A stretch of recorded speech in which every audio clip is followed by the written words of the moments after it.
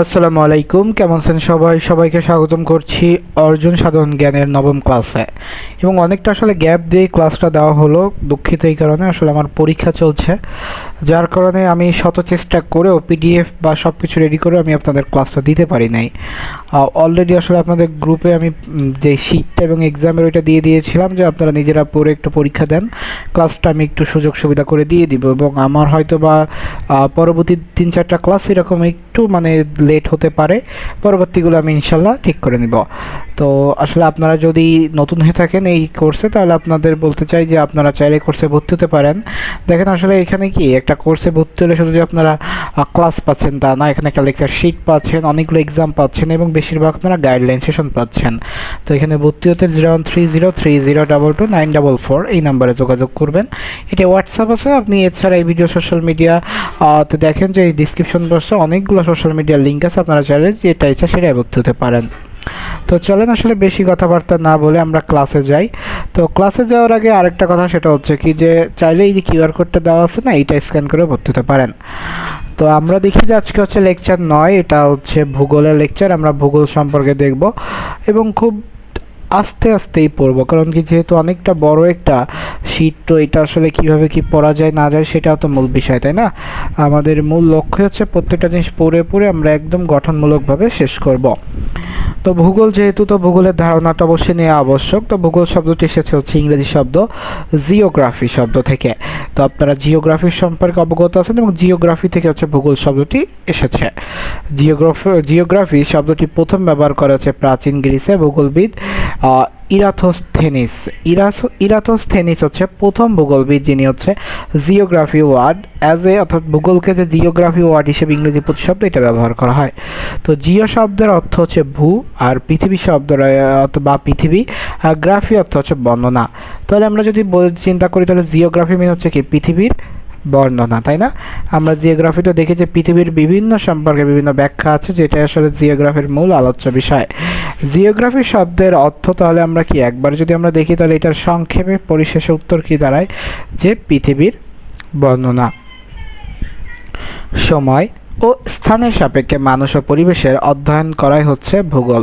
অর্থাৎ আপনার প্রথমত সময় এবং স্থান দুইটাই ভ্যারিয়েবল এবং এখানে ভ্যারি করে, সাপেক্ষে মানুষ ও পরিবেশের অধ্যয়ন হচ্ছে ভূগোল। জিওগ্রাফি বা ভূগোলের জনক হচ্ছে, এই যে বললাম, এই যে এক এক জায়গায় এক এক নাম, এটা হচ্ছে ইরাথোস্থেনিস দেওয়া, আবার এখানে এরাথোস্থেনিস দেওয়া, আপনারা যেটা হচ্ছে বলতে পারেন, কারণ এটা আসলে ওদের ভাষায়, তো ওদের ভাষার জন্য যার ফলে উচ্চারণ এক এক সময় এক একটা আসে, কিন্তু আসলে দুইটাই আসলে অলমোস্ট সেম। তো আধুনিক ভূগোলের জনক হচ্ছে আলেকজান্ডার ভন হামবোল্ট হচ্ছে আধুনিক ভূগোলের জনক। আর ভূগোলের জনক বলা হয়ে থাকে হচ্ছে এরাস্তোস্থেনিস হচ্ছে আধুনিক বা ভূগোলের জনক। আর আধুনিকটা যখন ওয়ার্ডটা ইউজ করা হবে, তখন চলে আসবে আলেকজান্ডার ভন হামবোল্ট। ভূগোলের প্রধান উপাদান হচ্ছে মানুষ এবং পৃথিবী, অর্থাৎ মানুষ এবং পৃথিবী নিয়ে এদের আছে সকল আলোচনা। অর্থাৎ মানুষ কীভাবে আসলে পৃথিবীতে কীভাবে কী করছে এবং পৃথিবীর যে উপাদানগুলো আছে এটা মানুষের সাথে কীভাবে সম্পর্কিত, এটাই আসলে ভূগোলের আলোচিত বিষয়। জিওগ্রাফি শব্দটি প্রথম ব্যবহার করে আমরা বলেছি কে করেছে, এই যে লোক আসলে প্রথম এখানেই আমরা পড়েছি কে করছে। তো এই লোকই আসলে এই ভদ্রলোক অর্থাৎ এরাথোস্থেনিস হচ্ছে প্রথম ব্যবহার করে। Perspectives on the nature of geography বইয়ের রচয়িতা হচ্ছে রিচার্ড হাডসনের একটা বই। সব প্রাকৃতিক বিজ্ঞানের জননী, মাদার অফ অল সায়েন্স বলা হয় থাকে ভূগোলকে। এটা কিন্তু একটা গুরুত্বপূর্ণ প্রশ্ন, এটা আসেও পরীক্ষায়, যে ভূগোলকে আসলে সব কোন সাবজেক্টকে বা কোন বিষয়কে মাদার অফ অল সায়েন্স বলা হয়। তখন আপনাদের কিন্তু অনেকের ভিতরে কনফিউশন থাকতে পারে আসলে কোনটা হতে যাবে। তো আজকের পর থেকে এটা ক্লিয়ার হয়ে যাবেন যে এটা হচ্ছে ভূগোল। প্রাকৃতিক ভূগোল যদি আমরা দেখি, তাকে কয়েকটি ধাপে আছে। একটা হচ্ছে প্রাকৃতিক ভূগোল, একটা মানবিক ভূগোল। তো প্রাকৃতিক ভূগোল হচ্ছে পৃথিবীর গঠন, ভূমিরূপ, প্রাকৃতিক পরিবর্তন, নদী নালা, উদ্ভিদ প্রাণী, আবহাওয়া, জলবায়ু ইত্যাদি আলোচনা করে। আর মানবীয় ভূগোল হচ্ছে মানুষের আচার আচরণ, সংস্কৃতি, রাজনৈতিক সংস্থা যেমন হচ্ছে ইউনাইটেড নেশন বা ওয়ার্ল্ড হেলথ অর্গানাইজেশন, এই অঞ্চল নিয়ে আসলে এরা আলোচনা করে থাকে। তো পৃথিবীর উৎপত্তি বা অভ্যন্তরীণ অবস্থা, জেসমিন, শিলা, খনিজ, বিভিন্ন নদ নদীর উৎপত্তি বা ভূমিকম্প, আগ্নেয়গিরি ইত্যাদি নিয়ে আমরা আলোচনা করব হচ্ছে ভূমিরূপ বিদ্যায়। অর্থাৎ ভূমিরূপ বিদ্যায় এই সকল বিষয়ে আলোচনা করা হবে। এবার একটা কথা, সেটা হচ্ছে কি আমরা ভূগোল পড়বো কিন্তু মানচিত্র পড়বো না, এটা কি কখনো হয়েছে? কখনোই হয় নাই। তো চলেন দেখি যে মানচিত্র ইংরেজি শব্দ প্রতিশব্দ হচ্ছে ম্যাপ, MAP। এই শব্দটি হচ্ছে ল্যাটিন শব্দ মাপ্পা থেকে এসেছে। আমার মনে হচ্ছে ছোটোবেলায় আমি দেখতাম একটা কার্টুন ছিল, ছোটোবেলায় বলতে হচ্ছে মানে আমি কোভিড টাইমে একটা কার্টুন ছিল কাপ্পাস, KAPPA। তো কাপ্পা থেকে আসলে মাপ্পা কথাটা মনে পড়লো। তো কাপ্পা কার্টুনটা দেখতাম, অর্থাৎ এটা ছিল সে মিমিক্রি কার্টুন। তো মাপ্পা শব্দটির অর্থ হচ্ছে এক টুকরো কাগজ। এখন আমরা দেখি পৃথিবীর প্রাচীনতম মানচিত্রের সন্ধান পাওয়া যায় হচ্ছে ব্যাবিলনীয় সভ্যতায়। ব্যাবিলনের উত্তরে গাধুর শহরে ধ্বংসাবশেষ। যেমন আপনাদের এই ক্লাসটা দেওয়ার কথা ছিল হচ্ছে গত রবিবার, সেইখানে হচ্ছে আমি এটা দিচ্ছি অলমোস্ট আজকে হচ্ছে দুঃখিত বৃহস্পতিবার দেওয়ার কথা ছিল, সেই ক্লাস আমি দিচ্ছি আজকে কবে, আজকে যে শনিবার, অর্থাৎ তাহলে আপনাদের রবিবারের ক্লাসটা কিন্তু ডিলে হচ্ছে। অর্থাৎ দেখেন আমি যেই ভাবে বা যেই ধাঁচে আগানোর চাচ্ছিলাম এটা কিন্তু হচ্ছে না, কোনো না কোনোভাবে আমি চেয়েও আমি দিতে পারতেছি না ক্লাসগুলো। কেন পাচ্ছি না? অর্থাৎ রবিবারের ক্লাস আমি পরবর্তী শনি রবিবার দিচ্ছি। প্রথমে চিন্তা করছিলাম তাহলে আমার অলরেডি আমি এক সপ্তাহ লেট। তো আমি যদি আসলে এখন ওইভাবে মানে আপনার ক্লাসগুলো রেখে যাই তাহলে পরবর্তীতে সমস্যা হবে, যে আপনাদের এক মাস গ্যাপ দেওয়া তো সম্ভব না। তো আমি এখন বলছি যে আসলে ভাই বা আপু যেই থাকেন আমি একটু একটু করে আপনাদের ক্লাস দিয়ে যাব, শিটগুলো আপনারা টাইম টু টাইম পেয়ে যাবেন, আপনারা পড়ে ফেলবেন। ক্লাসগুলো হচ্ছে কি আমি এক বসায় রেকর্ড করে দিয়ে দিব, আপনাদের ক্লাসের আসলে ব্যাখ্যা তো প্রয়োজন আছেই। তো আপনারা ক্লাসগুলো যখন শিটগুলো পড়ে ফেলবেন, পড়ার পর যখন আসলে রেকর্ডটা দেখবেন আপনাদের ওইটা ডাবল রিভিশন হয়ে যাবে, তো এটা আপনাদের জন্য ভালো। তো বাংলাদেশের প্রথম মানচিত্র আসলে তৈরি যিনি করে তার হচ্ছে জেমস র্যানেল, এবং আটলাস এক বা বিভিন্ন বিষয়ের উপর তৈরি অনেকগুলো মানচিত্রের সংবলিত বই, আটলাস বলা হয় থাকে যাকে। এটা আসলে একটা হচ্ছে আপনার এই রিলেটেড, অর্থাৎ মানচিত্র related. Father of modern astrophysics বলা হচ্ছে মেঘনাথ শাহ। বিগ ব্যাং থিওরির প্রবক্তা হচ্ছে স্টিফেন হকিং। আপনারা জানেন যে স্টিফেন হকিং আছে এপস্টিন ফাইলে কিন্তু তার নাম আসছে। এখন এপস্টিন ফাইল সম্পর্কে কি যদি জানতে হয় তাহলে একটু আপনার ইউটিউব বা গুগল করে নিন, কারণ পড়াশোনার ক্ষেত্রে কিছু কিছু জিনিস আছে যেগুলো আসলে পড়াশোনার সাথে মার্জিত না, আমরা এগুলো আসলে বাদই রাখবো। কিন্তু আমরা আসলে যে রাঘব বোয়াল যাদের আসলে পৃথিবীতে খুবই ভদ্রলোক মনে করতাম, এপস্টিন ফাইলে সে কিন্তু সকলের মুখোশ একটু একটু করে খুলে দিয়েছে। এখন এটা খুবই যে নেতিবাচক তা না, অনেকের নাম এসেছে কিন্তু তাদের কোনো দোষ নেই, এটা হচ্ছে অনকাইন্ড অফ একটা পলিটিক্যাল হাবভাব যেটাকে বলতে পারেন। মানচিত্রের স্কেল হলো মানচিত্রের দুইটি স্থানের মধ্যবর্তী দূরত্ব এবং ভূপৃষ্ঠ দুইটি স্থানের প্রকৃত দূরত্বের অনুপাত। অর্থাৎ স্কেলটা আসলে মানচিত্রের দুইটি স্থান হবে, ধরেন আপনার বাড়ি এবং আমার বাড়ি, এদের ভিতরে যে দূরত্ব এবং ভূপৃষ্ঠ দুইটি স্থানের প্রকৃত দূরত্বের অনুপাত, অর্থাৎ এই সরাসরি দূরত্ব ভূমি আনুপাতিক এবং আপনি ধরেন অন্যান্য একটা অনুপাত দেখলেন এটাই। উদাহরণ, ভূমিতে দুটি স্থানের দূরত্বের তুলনায় খুব ছোট রাখা হয়, যেমন হচ্ছে 1:6.3 বা 63, 360, 3,60,000 বা 1 ইঞ্চি, বা এখানে দেওয়া হচ্ছে 63 সমান হচ্ছে 3,60,000 ইঞ্চি, অর্থাৎ এর মান হচ্ছে 1 ইঞ্চি সমান হচ্ছে 100 মাইল। তো এখানে বাস্তবে কোনো এলাকার দূরত্ব গত পরিমাপে যদি 1000 মাইল, বা বলতে পারি কি আমরা কত 6,33,60,000 ইঞ্চি, কিন্তু মানচিত্রে 1 ইঞ্চিতে প্রদর্শন করা হয়। দাগকাঠা স্কেল দিয়ে দৈর্ঘ্য মাপার পদ্ধতি সিন্ধু সভ্যতায় অবদান, অর্থাৎ আপনি দেখবেন যে ম্যাপে কিন্তু যখন আঁকে তখন ছোট একটা স্কেল ব্যবহার করে তারা, এইটাতে আসলে ওই যে যারা আছে এদের আমিন বলা হয়ে থাকে, এরা অনেক কিছু পরিমাপ টেরিমাপ করে। কার্টোগ্রাফিটা যদি দেখি, কার্টোগ্রাফি হলো মানচিত্র অঙ্কন বিদ্যা। এই শাস্ত্র দ্বারা বিভিন্ন পরিসংখ্যান থেকে প্রাপ্ত তথ্য দিয়ে চিত্র উপস্থাপন কৌশল করা যায়। আমি ওই যে বললাম যে জমি জমা যারা মাপজোপ করে এদের বলা হয় আমিন। তো এরা মাপজোপ করে দেখবেন কি এরা খাতার উপর একটা মাপ আঁকে, আন্দাজে এখানে 30 ফিট, এখানে 38 ফিট, এখানে 20 ফিট, এখানে 27 ফিট, অর্থাৎ এইরকম কিছু একটা, এরকম আসলে মিলবে না, তারপরে এরকমভাবে একটা তারা একটা রাফ করে। আমি যে মাপগুলো দিচ্ছি এগুলো দিলে হচ্ছে এক পাশে এরকম হয়ে যাবে, এক পাশে এরকম হয়ে যাবে, সেটা হোয়াট এভার যাই হোক, কিন্তু মেন হচ্ছে তারা একটা একে একটা আনুমানিক একটা এরিয়া দেখে, এরপরে তারা ওই এরিয়া থেকে ভাগ করে দেয়। আচ্ছা ঠিক আছে, এখানে যেহেতু আমাদের 12 শতক আছে তাহলে 4 শতক ছেলে পাবে, বাকি বোনদের ভিতর ভাগ হবে, বা 8 শতক ছেলে পাবে, বাকি 4 শতক বোনদের ভিতর ভাগ করা হবে, এইভাবেই। এবার দেখি সৌরজগৎটা কি। তো সৌরজগৎ হচ্ছে আসলে পৃথিবীর বাইরেও আসলে একটা জগৎ আছে, এটা আসলে সৌরজগৎ, এবং এই জগৎটাই কি আমরা দেখি সূর্য, গ্রহ, উপগ্রহ, গ্রহাণুপুঞ্জ, ধূমকেতু, উল্কা প্রভৃতি নিয়ে যে পরিবার তাকে হয় সৌরজগৎ বলা হয়। এর অবস্থান হচ্ছে মিল্কি ওয়ে গ্যালাক্সির সার্পিল বাহুর বাইরের দিকে। সৌরজগতের প্রাণকেন্দ্র হলো সূর্য মামা না, সৌরজগতের 8টি গ্রহ, শতাধিক উপগ্রহ, হাজার হাজার গ্রহাণুপুঞ্জ ও লক্ষ লক্ষ ধূমকেতু রয়েছে। এবার দেখি আমরা যদি উল্কাটা ব্যবহার করি, তো উল্কাটা কীভাবে? মহাশূন্যে অজস্র জড়পিণ্ড ভেসে উঠছে বেড়ায়। এই জড়পিণ্ডগুলো পৃথিবীর নিকটে আসলে অভিকর্ষ বলে আকর্ষণে প্রচণ্ড গতিতে সেকেন্ডে প্রায় 3 কিলোমিটার পৃথিবীর দিকে ছুটে আসে। বায়ুর সংস্পর্শে এসে বায়ুর সঙ্গে ঘর্ষণের ফলে এরা জ্বলে ওঠে, ফলে এদের ছুটন্ত তারা বলে মনে হয়, অর্থাৎ এদের বলা হয়ে থাকে কি? উল্কা। বেশিরভাগ উল্কাপিণ্ডের আকারে বেশ ক্ষুদ্র।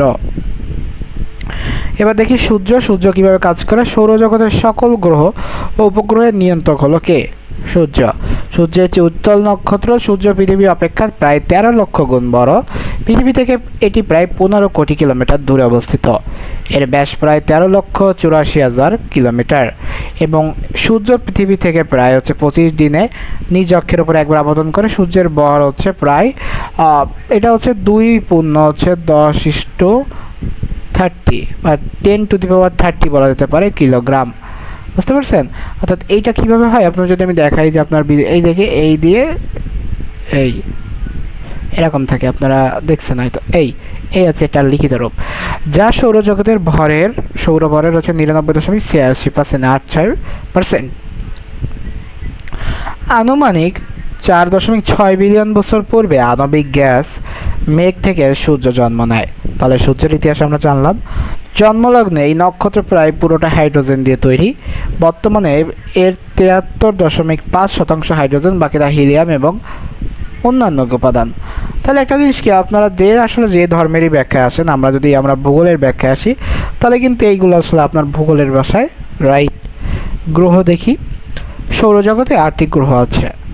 সূর্য থেকে গ্রহগুলোকে দূরত্ব ক্রমান্বয়ে অবস্থান হচ্ছে বুধের ইংরেজি হচ্ছে মার্কিউরি, শুক্র ভেনাস, পৃথিবী আর্থ, মঙ্গল মার্স, বৃহস্পতি জুপিটার, শনি স্যাটার্ন, ইউরেনাস, নেপচুন হচ্ছে নেপচুন।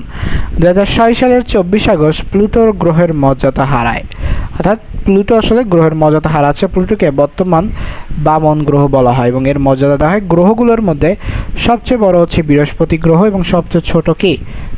বুধ। তাহলে আমরা এটা যদি মনে রাখতে চাই যে কীভাবে মনে রাখবো, সেটা হচ্ছে কি, আপনি ছুটি দিয়ে কল্পনা করতে পারেন যে বৃহস্পতিবারের পর কিন্তু এটা বড় ছুটি। তাহলে আর এটাকে আসলে এগুলো সিলি জিনিস, মানে ওইরকম আপনি যে কোনো মঙ্গল ও বৃহস্পতির মাঝখানে আছে একটা গ্রহাণুপুঞ্জ। মঙ্গল ও বৃহস্পতির মাঝে একটা গ্রহাণুপুঞ্জ কী থাকে? এমনি বার হিসেবে তো বুধবার থাকে, তাই না? এই বুধবারটা কিন্তু আবার এখানে ওই কিছু মনে করেন না যে আসলে এইখানে বুধ আছে। এখানে আসলে বুধ নাই। এইখানে বুধ গ্রহ হিসেবে থাকলেও আসলে এখানে মঙ্গল ও বৃহস্পতির মাঝখানে গ্রহাণুপুঞ্জ আছে। আর সৌরজগতের যদি আমরা গ্রহের সময় তথ্য দেখি, প্রথমে শুরু করি বুধের ইংরেজি প্রতিশব্দ কি? মার্কিউরি, MERCURY, তাই না? মার্কিউরি। উপগ্রহ সংখ্যা হচ্ছে 0টি, উল্লেখ্য হচ্ছে উপগ্রহ নেই। সূর্য থেকে দূরত্ব কিলোমিটার একাকে হচ্ছে 5,79,79 লক্ষ। অন্যান্য তথ্য: সৌরজগতের ক্ষুদ্রতম ও সূর্যের নিকটতম গ্রহ বুধ থেকে সূর্য আসলে সূর্য থেকে আসলে বুধ হচ্ছে প্রথম। ঠিক আছে। শুক্রর নাম হচ্ছে ভেনাস, VENUS। উপগ্রহ সংখ্যা ফাঁকা, উল্লেখযোগ্য কোনো উপগ্রহ নেই। শূন্য যেহেতু থাকবে কই দিয়ে? সূর্য থেকে কিলোমিটার হচ্ছে 10,82 লক্ষ। সৌরজগতের উষ্ণতম গ্রহ, সব থেকে গরম, পৃষ্ঠ তাপমাত্রা হচ্ছে 465 ডিগ্রি। শুকতারা বা সন্ধ্যাতারা আসলে শুক্র গ্রহ, পৃথিবীর যমজ গ্রহ বলা হয়, অলমোস্ট পৃথিবীর মতো, কিন্তু এই যে ঠাড়া পড়া গরম, এটার কারণে আসলে আলাদা। পৃথিবীর উপগ্রহ হচ্ছে একটি এবং এটি হচ্ছে চাঁদ মামা, তাই না? আমরা কি বলি? মামা বলি, সম্বোধন করি মামা দিয়ে। সূর্য থেকে দূরত্ব হচ্ছে 14,96 লক্ষ। অনেক দূর না? তাই কত তাপ। তাহলে যদি এরকম হতো তাহলে তো আপনি কি করতেন বলেন? সূর্য থেকে গড় দূরত্ব তো বললামই, 14.9 কোটি কিলোমিটার এবং এই দূরত্বকে 1 অ্যাস্ট্রোনমিক্যাল ইউনিট বলা হয়। সূর্য থেকে পৃথিবীতে আলো পৌঁছাতে সময় লাগে 8 মিনিট 19 সেকেন্ড, ঠিক না? 8 মিনিট বা 19 সেকেন্ড বলা যেতে পারে। সূর্য থেকে দূরত্ব অনুসারে পৃথিবী কত? তৃতীয়। এটা প্রশ্নে আসে, এটা খুবই একটা গুরুত্বপূর্ণ প্রশ্ন। সূর্যকে একবার প্রদক্ষিণ করতে সময় লাগে 365 দিন 5 ঘন্টা 48 মিনিট অ্যান্ড 47 সেকেন্ড। এবং এইটা যখন আসলে প্রতি 4 বছর পর পর লিপ ইয়ার হয় কেন এবার বুঝতে পারছেন? প্রতি 4 বছর পর পর যখন আসলে এইটা 5 4 5 20 আর এই যে এগুলো থেকে এখানে 3-4 ঘন্টা হয়ে যাচ্ছে, তখন এই 24-এ একটা দিন বেড়ে যায়। মঙ্গলটা হচ্ছে উপগ্রহ সংখ্যা 2টি। উল্লেখযোগ্য উপগ্রহ হচ্ছে ডিমোস এবং ফেবস। কোন সূর্য দূরত্ব হচ্ছে কিলোমিটার হচ্ছে 22,79,00,000। মঙ্গলের 1 বছর পৃথিবী হিসাবে 687 দিন, অর্থাৎ আমাদের 2 বছর সমান সমান ওদের 1 বছর। আমাদের প্রায় 2 বছর একটু কম। মঙ্গলের একদিন হচ্ছে 24 ঘন্টা 37 মিনিটে। লাল গ্রহ বলা হয়ে থাকে মঙ্গলকে, এটা একটা ওর আলাদা একটা ডেফিনেশন। এখন আমরা চলে আসি, আমরা এগুলো তো ইংরেজি পড়ি নাই না। মঙ্গলের পৃথিবীর ইংরেজি তো আর্থ। মঙ্গলের কি মার্স, জুপিটার, বৃহস্পতির, স্যাটার্ন হচ্ছে শনির, ইউরেনাস আর নেপচুন তো আমরা জানি, তাই না? আচ্ছা, তো বৃহস্পতি দেখি উপগ্রহ সংখ্যা হচ্ছে 67টি, মানে একদম মহাশয়ের 67টি উপগ্রহ এসে বসে আছে। Can imagine? আপনারা কি মনে করতেছেন? উল্লেখযোগ্য উপগ্রহ হচ্ছে 4টি। গ্যালারি উপগ্রহ যাদের দূরবীনে দেখা যায়, অর্থাৎ এই উপগ্রহগুলোকে আসলে দূরবীনে দেখা যায়। প্রথমত হচ্ছে গ্যানিমিড, সেকেন্ড হচ্ছে ক্যালিস্টো, ইউরোপা এবং আয়ো। সূর্য থেকে দূরত্ব হচ্ছে 87,86,00,000 কি 87,86,00,000 কিলোমিটার, তাই না? সৌরজগতের বৃহত্তম গ্রহ পৃথিবীর 1 বছর আসলে এখানে বৃহস্পতির 1 বছর, পৃথিবীর কতদিন জানেন? 12 বছর। অর্থাৎ ওই জায়গায় যদি আপনার বয়স হয় 5, পৃথিবীতে আপনার বয়স হবে 60। এখন এমন অনেকে চিন্তা করতে পারে, তাহলে ভাই আমি ওই দেশে ওইখানে চলে যাই। আরে ভাই, এখানে কাউন্টডাউন তো ওই রকম, এখন আপনার ওইরকম তো না, বোঝেন নাই? এখন কাউন্টডাউন তারা ওইরকম রাখছে। এখন তাই বলে কি যে আপনার বয়স কমে যাবে এরকম নাকি? তারা ওইখানে ওইটা দিয়ে কাউন্ট করে, তাদের ওইখানে ওই কয়দিনে হয়। বৃহস্পতি একদিন হচ্ছে 9 ঘন্টা 53 মিনিট। এবার বুঝতে পারছেন? অর্থাৎ ওদের 9 ঘন্টা, ওদের আমাদের এখানে 3-4-3 বার দিন হয়, ওদের একদিন, আমাদের একদিন সমান ওদের 3 দিন। তাই বৃহস্পতির 1 বছর, পৃথিবীর 12 বছর। গ্রেট রেড স্পট হচ্ছে সৌরজগতের বৃহত্তম ঘূর্ণিঝড়। গ্যানিমিড হচ্ছে সৌরজগতের বৃহত্তম উপগ্রহ। তাহলে আমরা যা দেখলাম যে আসলে প্রতিটা জিনিসেরই কিন্তু সুন্দর সুন্দর ব্যাখ্যা আছে, তাই না? চলে যাই শনিতে। উপগ্রহ সংখ্যা 62টি। উল্লেখযোগ্য হচ্ছে টাইটান, রেয়া, ইয়াপেটাস, থেটিস। টেটিস আছে। সূর্য থেকে দূরত্ব হচ্ছে 143,35,00,000 কিলোমিটার। 29 বছর 5 মাসে কক্ষ পরিক্রম করে শনির 1 বছর। এটা 10 ঘন্টা 47 মিনিটে নিজ অক্ষ করে, তা শনির একদিন। 3টি উজ্জ্বল বলয় দিয়ে শনিকে ঘিরে রয়েছে, জাসমিন এইটা 3টা। এরা মূলত ক্ষুদ্র গ্রহাণু দ্বারা গঠিত। উপগ্রহ যদি দেখি আমরা, উপগ্রহ কী কী আছে না আছে, সেটা হচ্ছে ইউরেনাসের 27টি উপগ্রহ। উল্লেখযোগ্য হচ্ছে টাইটানিয়া, ওবেরন, মিরান্ডা। সূর্য থেকে দূরত্ব হচ্ছে 295,01,00,000 কিলোমিটার। 84 বছরে কক্ষ পরিক্রম করে, এরও শনি গ্রহের মতো বলয় আছে। একে সবুজ গ্রহ বলে। এই আপনাদের স্পেসিফিক যে তথ্যগুলো দিচ্ছে এগুলো কিন্তু গুরুত্বপূর্ণ। নেপচুন উপগ্রহ 14টি, সূর্যের সবচেয়ে দূরবর্তী গ্রহ। উল্লেখযোগ্য উপগ্রহ হচ্ছে টাইট্রন, নেরেইড। সূর্য থেকে দূরত্ব হচ্ছে 450,50,00,000 কিলোমিটার। 165 বছরে কক্ষ পরিক্রমণ করে। সৌরজগতের সবথেকে শীতলতম গ্রহ। পৃথিবীর একমাত্র উপগ্রহ, আমি বলে বাংলাদেশ বলতে গেছিলাম, সেটা কি? চাঁদ। পৃথিবী থেকে চাঁদের দূরত্ব হচ্ছে 2,38,855 মাইল বা 3,84,400 কিলোমিটার। পৃথিবীতে চাঁদের তুলনায় 49 গুণ বড়। চাঁদ প্রায় 27.32 দিনে বা 27 দিন 8 ঘন্টায় পৃথিবীর চারদিকে একটি পুনরাবর্তন করে। অন্যদিকে 29.53 দিনে বা 29 দিন 12 ঘন্টায় নিজ অক্ষের চারপাশে একবার আবর্তন করে। এই জন্য আসলে চাঁদের মাস আর এই যে আমাদের যে মাসটা, এটা কিন্তু ক্যালকুলেশন করা হয়, অর্থাৎ 30-31 হওয়ার যে প্রসেসটা, এটা এইভাবেই হয়। চন্দ্র তিথি বা পূর্ণিমা বা অমাবস্যা যদি দেখি, যৌথ মহাকর্ষ প্রভাবে পৃথিবীর চাঁদের কক্ষপথে আবদ্ধ। চাঁদের একটি সবসময় পৃথিবীর দিকে থাকে, অর্থাৎ মুখ একটা সবসময় পৃথিবীর দিকে থাকবে, এবং ওই মুখে আলো প্রতিফলিত এলে পৃথিবীতে জ্যোৎস্না দেখা যায়। তাহলে পৃথিবীতে জ্যোৎস্না আসার কনসেপ্ট আমরা বুঝলাম। চাঁদের কক্ষপথে আবর্তনকালে 27 দিন 8 ঘন্টা যার নিয়মিত পর্যবেক্ষণ করে মানুষ এই সময়কে চন্দ্রমাস হিসেবে গ্রহণ করে। চন্দ্র তিথি হচ্ছে দুইটি পক্ষে থাকে, একটা হচ্ছে কম বেশি 15 দিন, অর্থাৎ তিথি বলে না আসলে, যারা আপনার মৎস্য চাষ করে দেখবেন যারা, ওইটাকে তাদের ভাষায় বলা হয়, আমাদের এদিকে বলা হয় গৌণ। এখন গৌণ মিন্স হচ্ছে তারা একটা বলতে পারে যে একটা স্পেসিফিক টাইম যেখানে আসলে তারা মাছ টাছ ধরতে পারতেছে। তো পৃথিবীর দুটি পূর্ণিমা পক্ষ, আসলে দুটি পূর্ণিমা দুটি অমাবস্যা পৃথক হয় প্রতি মাসে। অমাবস্যা থেকে পূর্ণিমা পর্যন্ত পক্ষকাল আসলে শুক্ল পক্ষ নামে পরিচিত। এই সময় সন্ধ্যায় চাঁদ ওঠে, পূর্ণ চাঁদ সন্ধ্যায় উঠে সারা রাত জ্যোৎস্না ছড়ায়। তাহলে আমরা কিন্তু দেখতেছেন যে আমরা আমাদের আশেপাশে যা যাই দেখতেছি তার কিন্তু ব্যাখ্যাও পেয়ে যাচ্ছি। চলে আসি পূর্ণিমার পর অমাবস্যার পর্যন্ত থাকে হচ্ছে কৃষ্ণপক্ষ, একটা হচ্ছে শুক্লপক্ষ আর একটা কি কৃষ্ণপক্ষ। তো কৃষ্ণপক্ষ কি বলেছে যে এই দিনগুলোতে চাঁদ উদিত হবার সময় সন্ধ্যা থেকে পিছুতে থাকে, অর্থাৎ লেটে ওঠে। অমাবস্যা চাঁদের মুখে আলো পড়তে পড়তে ভোর হয়ে যায়, অর্থাৎ একদম সকাল হয়ে যায়। সূর্যের তীব্র আলোর কারণে সেই দিন চাঁদ দেখাও যায় না, দেখাও যায় না।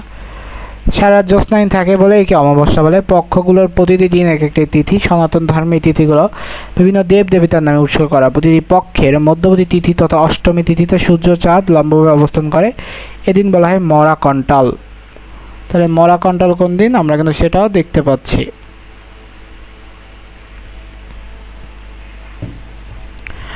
চলে আসি আমরা জোয়ার ভাটা, তাই না? তো জোয়ার ভাটা কীভাবে কি হয় না হয় সেটা যদি আমরা দেখি, তো মহাকর্ষের আকর্ষণ ত্রিমাত্রিক বস্তুতে সৃষ্ট পার্শ্বচাপকে বলা হয়েছে টাইডাল ফোর্স, অ্যান্ড এই বলের সাথে অক্ষীয় গতির সংযুক্ত ফলাফল হলো জোয়ার ভাটা। পার্শ্ব চাপের লম্ব বরাবর স্ফীতকে বলে জোয়ার এবং পার্শ্বপাশের বরাবর অবনতিকে বলা হয় ভাটা। অর্থাৎ চাপের বরাবর যদি আপনার প্রেশার আসে সেটা হচ্ছে কি জোয়ার, আর যদি বিপরীতে সেটা ভাটা। এই জন্য জোয়ারে দেখবেন পানি বেশি আর কি, ভাটায় কি কম, তাই না? পৃথিবীর 24 ঘন্টায় পূর্ণ অক্ষে অবতনের মধ্যে চাঁদের সাথে আকর্ষণের প্রভাবে দুইবার জোয়ার ভাটা হয়। দুইবার জোয়ার দুইবার ভাটা। এই দিনে হিসেবে পরপর দুইটি জোয়ার এবং পরপর দুইটি ভাটার মধ্যবর্তী সময় ব্যবধান 12 ঘন্টা।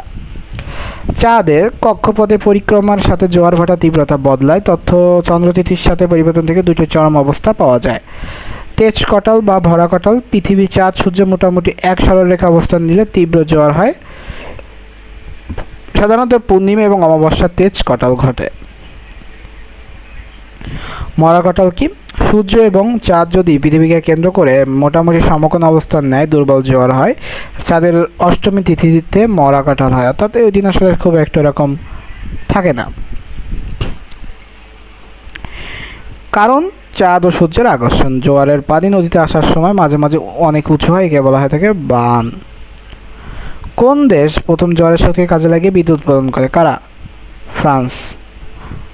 সূর্য, চাঁদ ও পৃথিবীর অবস্থান ভেদের কিছু ঘটনা। সূর্যগ্রহণ হয় হচ্ছে এই সময় সূর্য ও পৃথিবীর মধ্যে চাঁদ অবস্থান করে, আর চন্দ্রগ্রহণ হচ্ছে এই সময় সূর্য ও চাঁদের মাঝখানে পৃথিবী অবস্থান করে। এই জন্য একটার কারণে আরেকটাকে দেখা যায় না। বায়ুমণ্ডল ভূপৃষ্ঠ থেকে উপরের দিকে প্রায় 10,000 কিলোমিটার পর্যন্ত বায়ুমণ্ডল বিস্তৃত। এর প্রায় 97 ভাগ হচ্ছে উপাদানী ভূপৃষ্ঠে এবং প্রায় 30 কিলোমিটার মধ্যে সীমাবদ্ধ। ভূ অভ্যন্তর থেকে নির্গত গ্যাস থেকে প্রায় 350 কোটি বছর আগে বায়ুমণ্ডল সৃষ্টি হয়। অভিকর্ষ ও ভূচুম্বক ক্ষেত্রের আশ্রয়ে অন্য গ্রহের মতো বায়ুমণ্ডল বিলীন হয়ে যায়। তাহলে দেখো আমরা কত কিছু বলতেছি বা কত কিছু পড়তেছি, তাই না? প্রত্যেকটা জিনিস এইভাবেই পড়ানো হচ্ছে আমাদের কোর্সে।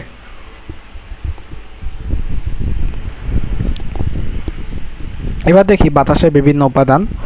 তো নাইট্রোজেন থাকে হচ্ছে 78.01 শতকরা, এগুলো হার। অক্সিজেন থাকে 20.71, আর্গন থাকে 0.80, জলীয় বাষ্প থাকে 0.41, কার্বন ডাইঅক্সাইড থাকে 0.03, অন্যান্য গ্যাস থাকে 0.02, ধূলিকণা বা কণা হচ্ছে 0.01, মোট 100%। বায়ুমণ্ডলের স্তর বিন্যাস যদি দেখি, বায়ুমণ্ডলের যে সমস্ত উপাদান গঠিত তাদের প্রকৃতি, বৈশিষ্ট্য এবং উচ্চতার পার্থক্যের ভিত্তিতে থেকে আসলে এগুলোকে হচ্ছে উপরের দিকে পর্যায়ক্রমে 5টি ভাগে ভাগ করা হয়। তাহলে আমরা যদি 5টি ভাগ দেখি যে আসলে কি আছে না আছে সেগুলো কিন্তু আমরা প্রথমে যেটা আছে সেটা কি, সেটা হচ্ছে ট্রোপোমণ্ডল, স্ট্রাটোমণ্ডল, মেসোমণ্ডল, তাপমণ্ডল আর হচ্ছে কি এক্সোমণ্ডল। উল্লেখিত স্তর প্রথম তিনটি হচ্ছে সমমণ্ডল এবং পর দুটি হচ্ছে বিষমমণ্ডলের অন্তর্ভুক্ত। সমমণ্ডলগুলো বাতাসের রাসায়নিক উপাদানসমূহ মিশ্রিত থাকে প্রায় 100 কিলোমিটার উচ্চতার পর। এমনটি আর দেখা যায় না। এই উচ্চতাকে বলা হচ্ছে টার্পোপজ, যার পর থেকে হচ্ছে বিষমমণ্ডলের শুরু হয় এবং বিষমমণ্ডল ভারী গ্যাসগুলো নিচের দিকে জমা বা হালকা গ্যাসগুলো বেশি বেশি দূরে থেকে যায়। তাপমণ্ডল বা টপোস্ফিয়ার যদি বলে যে মেঘ, বৃষ্টিপাত, বজ্রপাত, বায়ুপ্রবাহ, ঝড়, তুষারপাত, শিশির, কুয়াশা সবকিছু এই স্তরে থাকে এবং বায়ুমণ্ডলের 75% হয় এই স্তরে। তাপমণ্ডলের শেষ প্রান্তের অংশের নাম হচ্ছে টপোপজ বা টপোবিরতি। এখানে তাপমাত্রা -94°C নিচে হতে পারে। এই স্তর ভূপৃষ্ঠ থেকে নিরক্ষীয় অঞ্চলে 16 থেকে 19 কিলোমিটার এবং মেরু অঞ্চলে প্রায় 8 কিলোমিটার বিস্তৃত। মেসোমণ্ডল বা মেসোস্ফিয়ার, এটা দেখি যে স্ট্র্যাটোবিরতির উপর দিকে 80 কিলোমিটার পর্যন্ত বিস্তৃত বায়ুস্তরকে মেসোমণ্ডল বা মেসোস্ফিয়ার বলে। মেসোমণ্ডল বায়ুমণ্ডলের সবচেয়ে তাপমাত্রা ধারণ করে, যেটা হচ্ছে -83°C। মহাকাশ থেকে উল্কা পৃথিবীর দিকে ছুটে আসে, সেগুলো অধিকাংশ এই স্তরের আকর্ষণে স্তরে পুড়ে যায়। এই স্তরে বায়ুর চাপ কম, এই ঊর্ধ্বসীমার বায়ুর তাপ হচ্ছে 83.3°C। স্ট্র্যাটোমণ্ডল বা স্ট্র্যাটোস্ফিয়ার হচ্ছে টপোলজির উপরের দিকে প্রায় 50 কিলোমিটার পর্যন্ত স্ট্র্যাটোমণ্ডল বিস্তৃত। এই স্তরটি হচ্ছে জলীয় বাষ্পবিহীন। স্ট্র্যাটোমণ্ডল এবং মেসোমণ্ডল মধ্যবর্তী অংশকে তাপমাত্রার স্থির অবস্থাতে স্ট্র্যাটোবিরতি বা স্ট্র্যাটোপজ বলে। এই স্তরে ওজন হচ্ছে O3 গ্যাস বেশি থাকে, ঝড়ঝঞ্ঝা থাকে না বলে এই স্তরের মধ্যে সাধারণ জেট বিমান চলাচল করে, অর্থাৎ এয়ার লেভেল। তাপমণ্ডল বা থার্মোস্ফিয়ার হচ্ছে মেসোবিরতির উপরে প্রায় 500 কিলোমিটার পর্যন্ত বিস্তৃত। এই স্তরে বায়ুর তাপমাত্রা অত্যন্ত দ্রুত হারে বৃদ্ধি পেতে থাকে, 1480°C পৌঁছায়। সূর্য বিকিরণে ওজোন রশ্মি এবং অতিবেগুনি রশ্মির প্রভাবে অংশে বায়ু আয়নযুক্ত হয় এবং তাপমণ্ডলগুলো নিম্ন অংশকে আয়ন মণ্ডল বা অ্যানোস্ফিয়ার করে।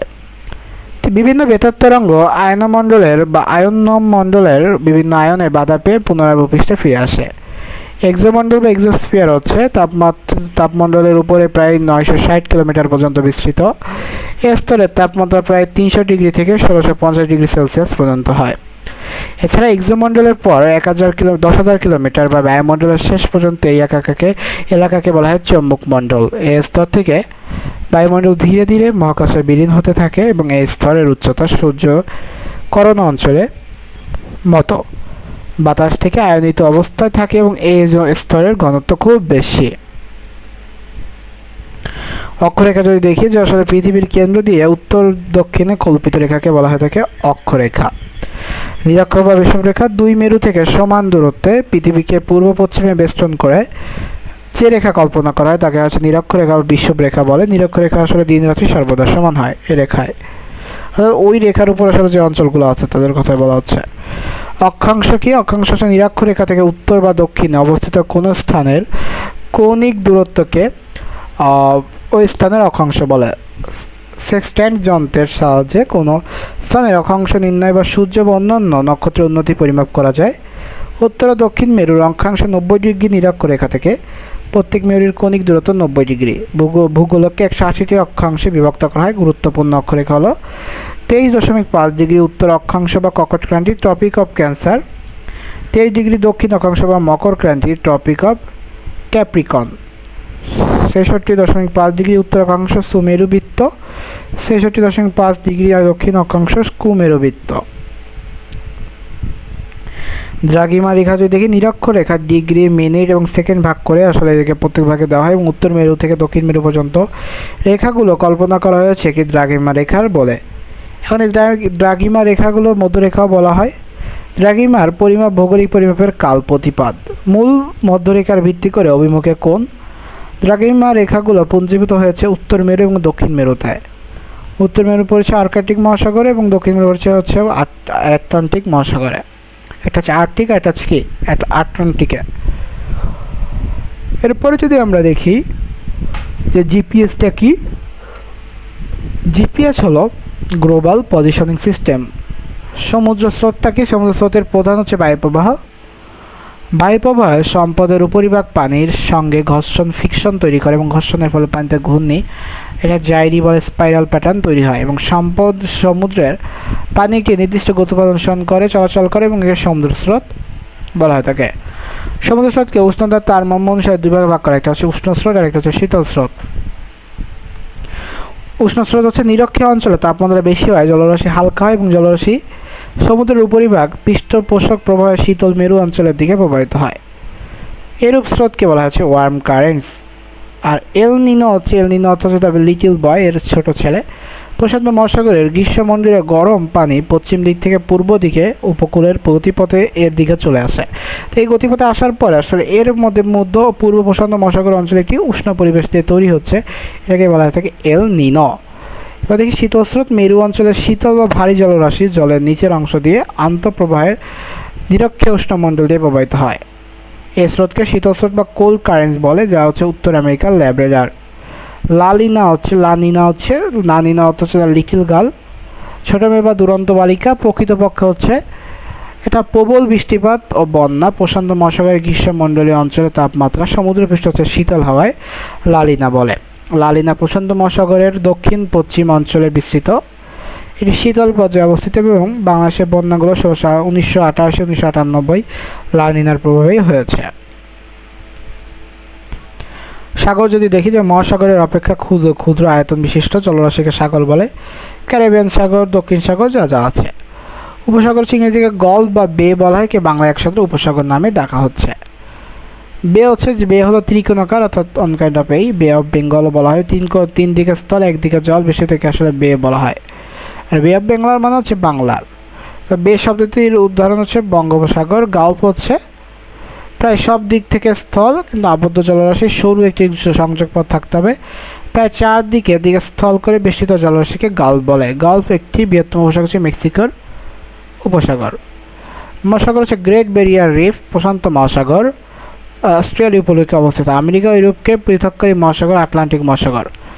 আয়তনে বিশ্বের বৃহত্তম সাগর হচ্ছে দক্ষিণ চীন সাগর, আয়তনে হচ্ছে 2 লক্ষ বলা যেতে পারে 29,74,600 বর্গ কিলোমিটার। বিশ্বের সবচেয়ে গভীর সাগর হচ্ছে ক্যারিবিয়ান সাগর 72,243, সেন্ট এলবা ও কসিকা দ্বীপে অবস্থিত। ঠিক আছে,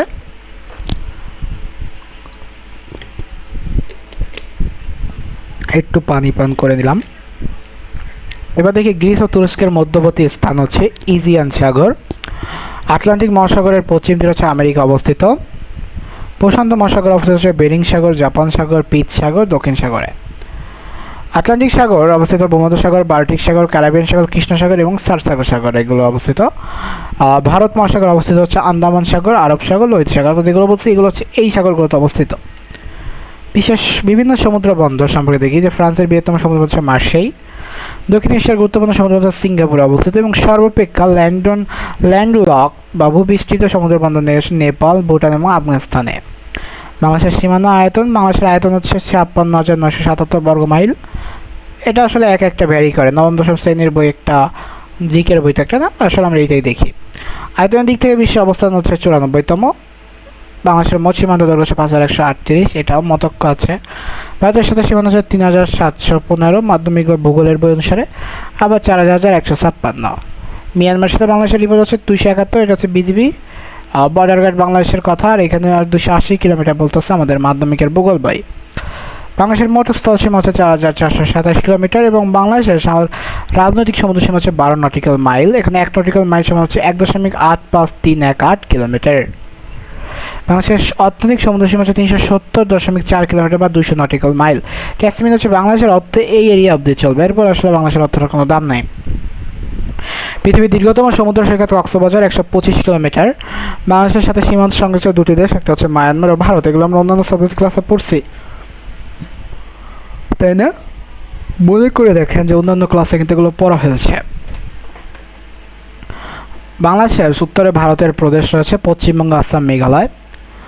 বাংলাদেশের পশ্চিমে ভারতের প্রদেশ হচ্ছে পশ্চিমবঙ্গ। বাংলাদেশের দক্ষিণে ভারতের প্রদেশ আছে আন্দামান নিকোবর দ্বীপপুঞ্জ এবং বঙ্গোপসাগর। বাংলাদেশের সীমান্তবর্তী কোনো জেলার সাথে ভারতের সীমান্ত হচ্ছে বান্দরবান এবং কক্সবাজারের কোনো আসলে সীমান্ত নেই। বাংলাদেশের ও ভারতের আবহাওয়া অঞ্চল হচ্ছে 6.5 কিলোমিটার। ওই কালাপানি নেপুলেক ওই অঞ্চলগুলোতে ভারতের কতটি জেলার সাথে বাংলাদেশের সীমান্ত রয়েছে? 10টি। 24 পরগনা, নদিয়া, মুর্শিদাবাদ, বহরমপুর, কোচবিহার, মালদা, জলপাইগুড়ি, কৃষ্ণনগর, বীরভূম, বারাসত, এগুলো আসলে বাংলাদেশের সাথে বর্ডার শেয়ার করছে বলা যেতে পারে। ভারতের 7 সিস্টার অন্তর্গত হচ্ছে আসাম, মিজোরাম, ত্রিপুরা, মেঘালয়, অরুণাচল, নাগাল্যান্ড এবং মণিপুর। তা আমরা এটাকে আসলে ভুলে যাই অনেকে, তাই না? এটা আমরা একটা শর্টকাট হচ্ছে কি, আমরা আমিত্রি মে অনামও বলতে পারি। আমি বলতাম হচ্ছে আমিত্রি মে অনাম, মিত্রি মে অনাম। ভারতের এই যে প্রত্যেকটা দেখেন, আতে আসাম, মিত্রিতে মিজোরাম, ত্রিতে ত্রিপুরা, মেতে আসে মেঘালয়, অনাম অতে অরুণাচল, নাগাল্যান্ড, মতে মণিপুর। ভারতের উত্তর পূর্বাঞ্চলের রাজ্যকে অবশ্য সীমান্ত আছে মণিপুর, নাগাল্যান্ড এবং অরুণাচল। তাহলে কি বাংলাদেশের অচিহ্নিত সীমাস্থল আছে দেখাতা, মহুরিচর, ফেনী এবং লাঠিয়ালা, সিলেট।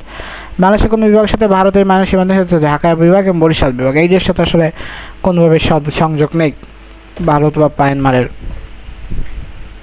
বাংলাদেশের আবহাওয়া দেখি যে আসলে কোনো একটি নির্দিষ্ট দিনের বায়ুর তাপচাপ, আর্দ্রতা, বৃষ্টিপাত ইত্যাদি সামগ্রিক অবস্থানকে সেদিন আবহাওয়া বলে।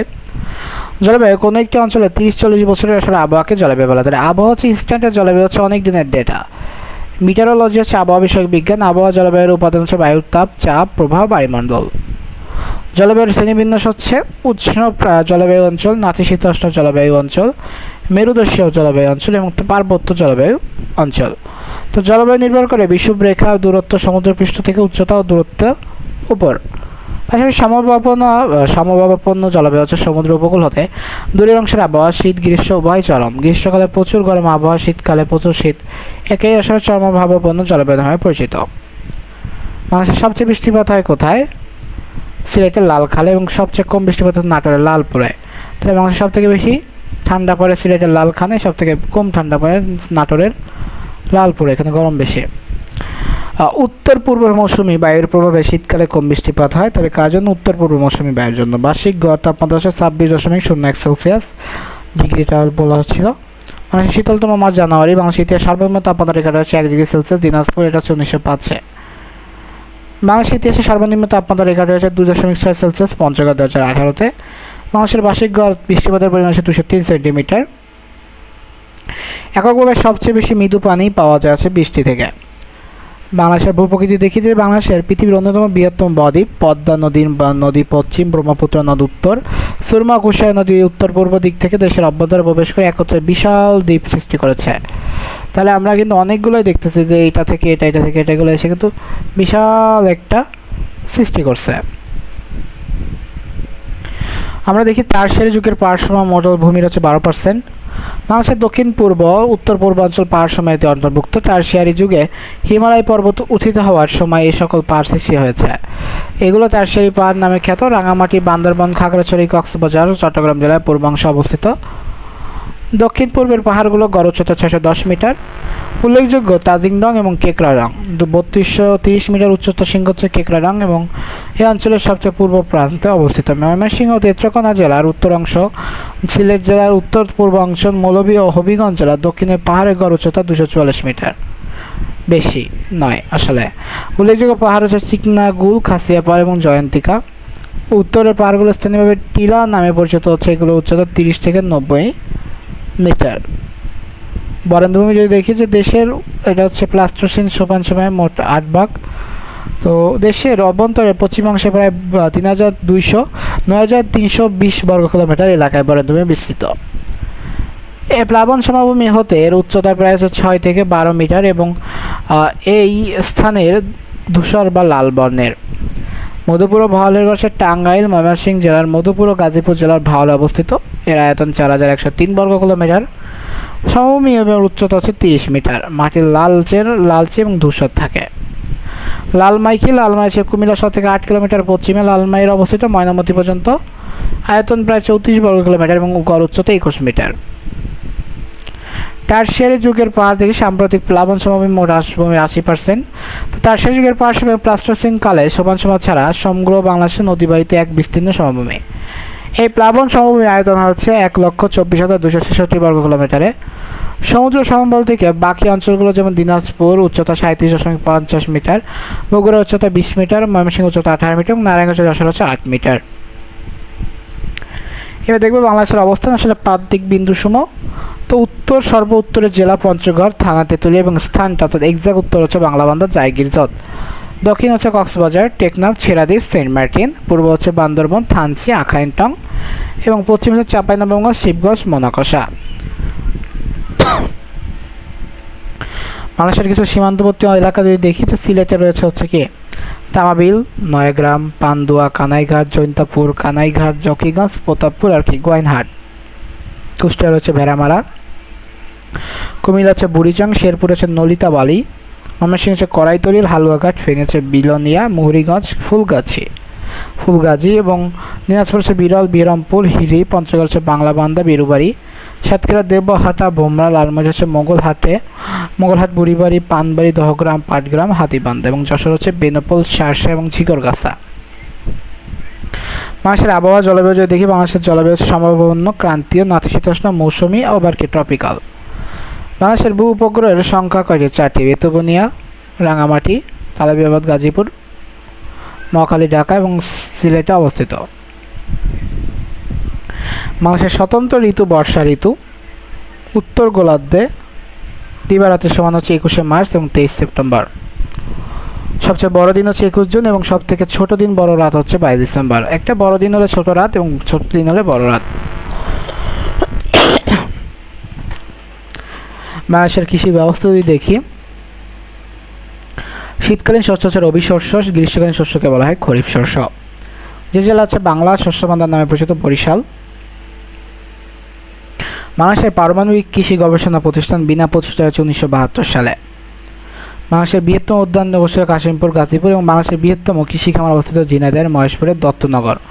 এটা হচ্ছে 1962 সালের এক কার্যক্রম শুরু। বাংলাদেশের সবচেয়ে বেশি পাট জন্মে ফরিদপুর জেলা এবং পাট উৎপাদনে বিশ্বে বাংলাদেশের অবস্থান হচ্ছে প্রথম। শুধু উৎপাদন না, রপ্তানিতে আমরা ফার্স্ট। বাংলাদেশের মোট চা বাগান 159। বাংলাদেশের বাণিজ্যিক ভিত্তিতে চা প্রথম চাষ শুরু হয়েছে 1854 সালে সিলেটের মালদিছড়ায়। বাংলাদেশের সবচেয়ে বেশি চা মৌলভীবাজারে। তামাক উৎপাদনে শীর্ষ কুষ্টিয়া, আলু উৎপাদনে হচ্ছে রংপুর, গম উৎপাদনে ঠাকুরগাঁও, তুলা উৎপাদনে ঝিনাইদহ, রাবার উৎপাদন হচ্ছে কক্সবাজারের রামুতে। বাংলাদেশের রাবার চাষ শুরু হয়েছে 1980 সালে। বাংলাদেশের রেশম উৎপাদনের জন্য বাংলাদেশের শীর্ষ জেলা রাজশাহী। গুটি উৎপাদনে হচ্ছে চাঁপাইনবাবগঞ্জ এবং রেশম বোর্ড বা রেশম গবেষণা গঠিত হচ্ছে 1977 সালে। বাংলাদেশের বিভিন্ন গবেষণা ইনস্টিটিউট ও প্রজনন কেন্দ্র দেখি। পাট গবেষণা ইনস্টিটিউট মানিকগঞ্জ।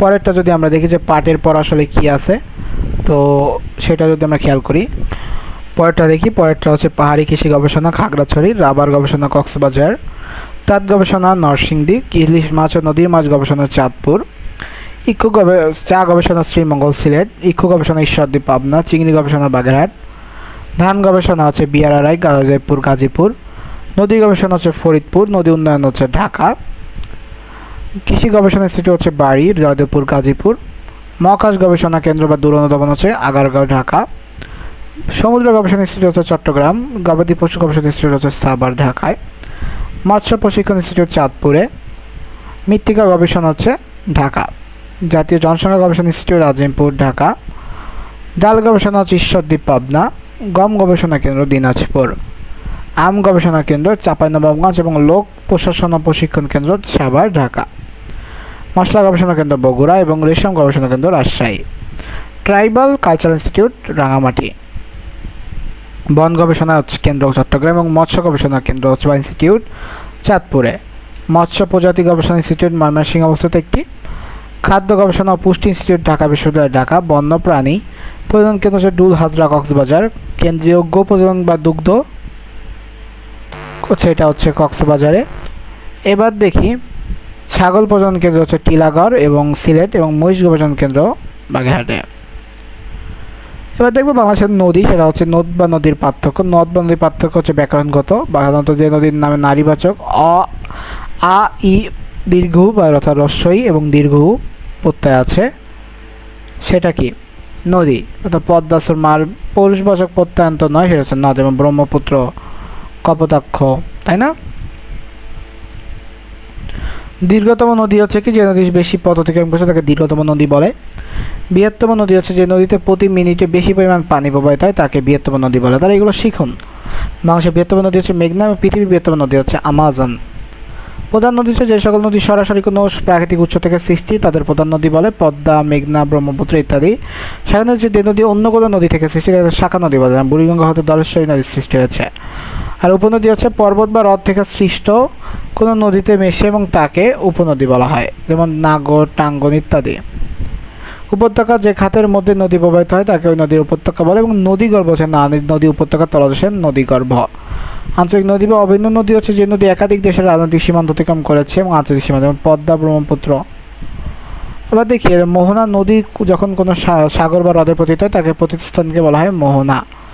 দোয়াব হচ্ছে প্রবাহমান দুটি নদীর মধ্যবর্তী ভূমিকে দোয়াব বলে, এবং নদীর শিকস্তি পয়স্ত হচ্ছে নদী বাংলায় সর্বশান্ত জনগণকে বলা হচ্ছে শিকস্তি, আর নদীর চর জাগরে যারা চাষাবাদ করে তার বলা হচ্ছে পয়স্তি।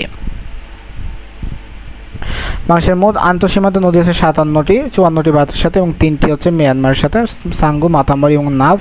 বাংলাদেশের ভারতের অভিন্ন নদী রয়েছে 54টি, 53টি হচ্ছে ভারত থেকে এবং 1টি হচ্ছে বাংলাদেশ থেকে প্রবেশ করেছে। বাংলাদেশের মোট নদী হচ্ছে প্রায় 1008টি, আগে বলা হতো 1300 নদীর দেশ, তাই না?